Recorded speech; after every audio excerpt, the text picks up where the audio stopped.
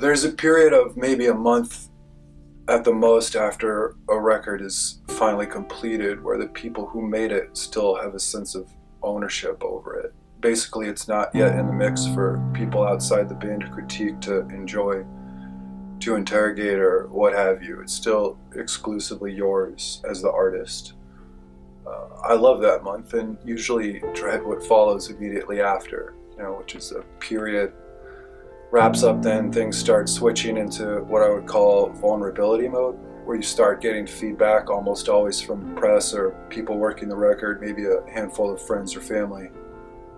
Maybe these listening party experiments were designed with our own fragile egos in mind, bringing this labor of love to people who possess the highest probability of understanding it and making us feel like we didn't waste the last 2 years of our life working on these 60 minutes of music,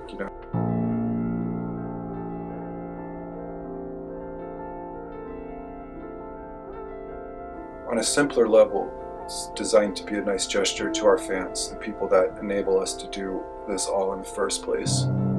Bringing 25 or so random people together under the umbrella of a shared love of music and watching them share an experience like this together in an age where it's becoming increasingly easier to become isolated from one another. It's the essence of community, and that's something our band has wanted to cultivate from day one.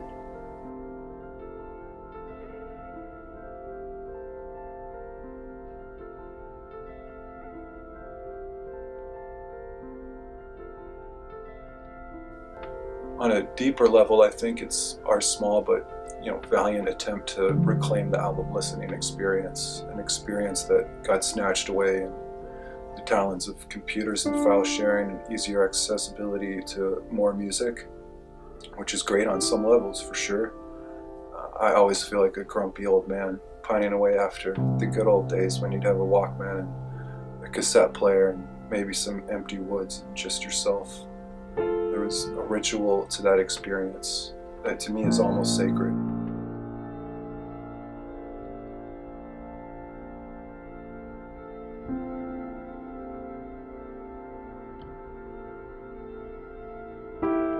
If we can find even a tiny way to help people reclaim what that's like, then we'll seize the opportunity. On a deployment level, I think we'd be the first people to acknowledge that music like this is inherently, or at least just to me, a private experience best suited to outdoor environments that allow the mind to wander easier and drift outside of yourself. It really isn't music for every moment of the day, and it does have a sweet spot in terms of where we feel it's appreciated best.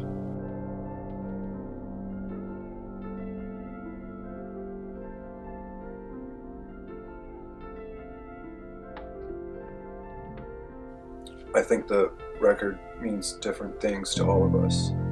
To me, it's a product of a little bit of insecurity, some anxiousness, maybe feelings of isolation and separation in general. And now that the record is done and we're on the other side of the creative act of assembling it, using it now with these listening parties as a mechanism for connection gave it more purpose than I ever could have imagined it was capable of possessing. It's certainly reaffirmed for me what music is capable of achieving when used to bring people of all shapes and sizes together instead of pulling us, further apart and dividing us into factions based on how we dress or what we believe or how we behave. I think it was a successful little experiment, and we're eternally grateful to everyone that played along and came out. It's certainly something that we'll do again on hopefully a bigger scale with more records to come.